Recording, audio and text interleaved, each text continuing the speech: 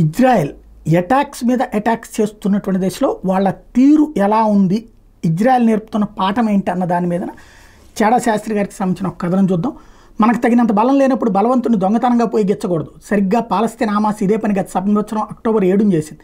7 October 2023 Hamas మరియు అనేక ఇతర పాలస్తీనా జాతీయవాద మిలిటెంట్ గ్రూపులు గాజా స్ట్రిప్ నుండి దక్షిణ ఇజ్రాయెల్ యొక్క గాజా ఎన్వలాప్లోకి సాయుధ మిలిటెంట్స్ని అకస్మాత్తుగా పంపి ఇజ్రాయెల్ రక్షణ దళాలకు చెందిన సైనికుల ఇళ్ల మీద, సామాన్య పౌరుల ఇళ్ల మీద దాడులు ప్రారంభించారు. అంతేకాకుండా గాజా స్ట్రిప్ నుండి ఇజ్రాయెల్ మీద భారీ ఎత్తున విచక్షణారహితంగా రాకెట్లు పంపి ఇజ్రాయెల్ దేశం మీద రమారమి యుద్ధం ప్రకటించారు. 1948 అరబ్ ఇజ్రాయెల్ యుద్ధం తర్వాత ఇజ్రాయెల్ భూభాగం మీద ఇది మొదటి దాడి. సుమారు 6000 మంది హమాస్ ఉగ్రవాదులు ఇజ్రాయెల్లో చొరబడ్డారు. 1000 మంది గాజా స్ట్రిప్ నుండి రాకెట్ లాంచర్స్ మరియు మిస్సైల్స్తో ఇజ్రాయెల్ మీద దాడి చేశారు. అంతేకాకుండా ఈ దాడి యూదుల మతపరమైన సెలవు దినం సిమ్చాట్ తోరా అనే పర్వదినం నాడు జరిగింది. దేశ విదేశాల నుండి వచ్చిన యూదులు ఈ పండుగలో పాలు పంచుకుంటూ ఉండగా ఈ హమాస్ ఉగ్రవాదులు వాళ్ళ మీద విచక్షణారహితంగా కాల్పులు జరిపి 100 మంది అమాయకుల యొక్క చావుకి కారణమైనటువంటి పరిస్థితి. సుమారు 250 మందికి పైగా ఇజ్రాయెల్ పౌరుల్ని స్త్రీలు, చిన్నపిల్లలతో బందీలుగా పట్టుకుపోయారు. ఎంతమంది స్త్రీలు అత్యాచారానికి గురయ్యారో తెలియదు. ఈ ఉగ్రవాద చర్య ఇజ్రాయెల్కు చాలా కోపం తెప్పించింది. ఆ రోజు నుండి మొదలుపెట్టిన ఇజ్రాయెల్ దాడిలో గాజా స్ట్రిప్ నామరూపాలు లేకుండా తుడిచిపెట్టుకుపోయింది.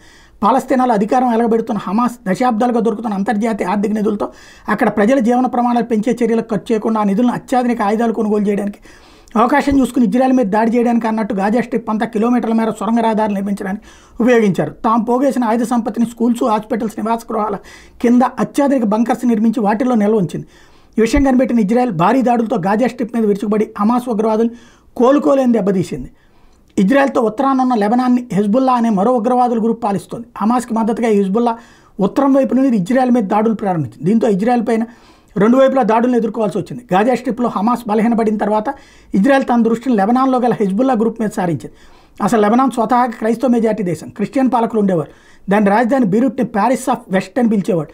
చాలా అభివృద్ధి చెందిన దేశం. అయితే అక్కడ పాలకులకు, ప్రజలకు ఉదార వ్యాధి ఎక్కువయ్యి అడ్డు అదుపు లేని వలసలను చూస్తూ ఊరుకోవడంతో ఆ దేశం క్రమేపీ ముస్లిం మెజార్టీ దేశమే. క్రిస్టియన్స్ అధికారం కోల్పోయి 80లో ముస్లిం చేతికి అధికారం వెళ్ళి ఎప్పుడు వివిధ గ్రూపుల మధ్య గొడవలతో లెబనాన్ పతనం మొదలైంది.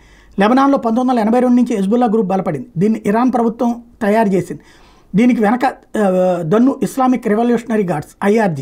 ఈ హెజ్బుల్లా హెడ్ క్వార్టర్స్ బీరూట్లో ఉంది. ఇజ్రాయెల్కి ఈ హెజ్బుల్లా మిలిటెంట్కి తరచుగా ఘర్షణలు జరుగుతూనే ఉన్నాయి. 1992లో ఇజ్రాయెల్ ఈ హెజ్బుల్లా హెడ్ అబ్బాస్ అల్ ముసానీని లేపేసింది. అతని తర్వాత హసన్ నస్రుల్లా దీని అధినేతగా ఉంటున్నాడు. ఇజ్రాయెల్ తన్ను కూడా లేపేస్తుందనే భయంతో 24 గంటలు బతుకుతూ హెజ్బుల్లా హెడ్ క్వార్టర్స్ కింద నిర్మించి దుర్భేద్యమైన అత్యాధునిక బంకర్లో ఇతడు నివాసం ఉంటున్నాడు. అయితే ఈసారి ఇజ్రాయెల్ హెజ్బుల్లా శ్రేణుల మీద భీకర దాడులు చేసింది. ఈ దాడులతో హెజ్బుల్లా పాలనా వ్యవస్థలో ఉన్న కింద నుండి పై వరకు ఉన్న అందరినీ ఇజ్రాయెల్ లేపేసింది. చివరిగా మొన్న శుక్రవారం ఏకంగా బీరూట్లో ఉన్న హెజ్బుల్లా హెడ్ క్వార్టర్స్ మీద ఇజ్రాయెల్ 100 క్షిపణులతో దాడి చేసి ఆ భవనాన్ని, దాని కింద ఉన్న బంకర్స్ను కూడా నామరూపాలు లేకుండా ధ్వంసం చేసి ఆ దాడిలో హసన్ నస్రుల్లా చనిపోయాడని హెజ్బుల్లా ధృవీకరించింది. ఇస్లాం మిలిటెంట్ల గ్రూపుల మీద చాలా కాలంగా దాడులు చేస్తున్న ఇజ్రాయెల్కి ఇది భారీ విజయం. హెజ్బుల్లా నడుపుతున్న ముఖ్యులు అందరినీ ఒకేసారి లేపేయడంతో హెజ్బుల్లా మళ్ళీ కోలుకుంటుందో లేదో చెప్పలేం. అయితే ఇజ్రాయెల్ హమాస్ మధ్య గొడవల్లో హెజ్బుల్లా దూరి లెబనాన్లో ధ్వంసానికి కారణమైంది. ఇజ్రాయెల్ దాడులకు దొరకకుండా ఈ హెజ్బుల్లా శ్రేణులు తమ స్థావరాలను, ఆయుధ సామాగ్రిని సాధారణ పౌరులు ఉండే జనావాసాల మధ్య ఏర్పాటు చేసుకుంది. అయితే ఇజ్రాయెల్ వద్ద ఉన్న అత్యాధునిక రక్షణ పరికరాలు, డజన్ల కొద్దీ ఉన్న ఇటువంటి భవనాలు గుర్తించి ఎయిర్ స్ట్రైక్ ద్వారా ధ్వంసం చేసి ఈ దాడుల వల్ల ఇప్పటికే 700 మంది లెబనాన్ పౌరులు మరణించారని మీడియా కథనాలు. హెజ్బుల్లా పాలక వ్యవస్థలో పైనుండి కింది వరకు అందరూ లేచిపోవడంతో హెజ్బుల్లా మిలిటెంట్లు నడిపించే వాళ్ళు లేక కకావికలైపోయి బలహీనపడ్డారు. అనవసరమైన గొడవలు వేలుపెట్టి మా ఆస్తులకు, ప్రాణాలకు ముప్పు తెచ్చారని లెబనాన్ సాధారణ ప్రజలు ఇప్పుడు ఆ హెజ్బుల్లా మిలిటెంట్ల మీద తిరగబడి దంతున్నారు. బాగా బలమైన నేతగా పేరున్న హసన్ నస్రుల్లాని ఇజ్రాయెల్ లేపేయడం ఇరాన్ జీర్ణించుకోలేకపోతుంది. ఈ నస్రుల్లా మరణం ఆ ప్రాంతంలో శాంతి నెలకొల్పుతుందో లేక ఇంకా విధ్వంసం, రక్తపాతం సృష్టిస్తుందో రాబోయే రోజుల్లో తేలిపోతుంది. హసన్ నస్రుల్లా మరణం ఇరాన్ ముఖ్య నేత అలీ ఖమైనీకి ఎంత భయపెట్టిందంటే తన సెక్యూరిటీ భారీగా పెంచుకుని గుర్తు తెలియని ప్రదేశానికి వెళ్ళిపోయాడని నెట్లో వార్త చక్కర్లు కొడుతుంది. ఇదంతా చదివితే పోకిరి డైలాగ్ గుర్తుకు రావడం లేదు.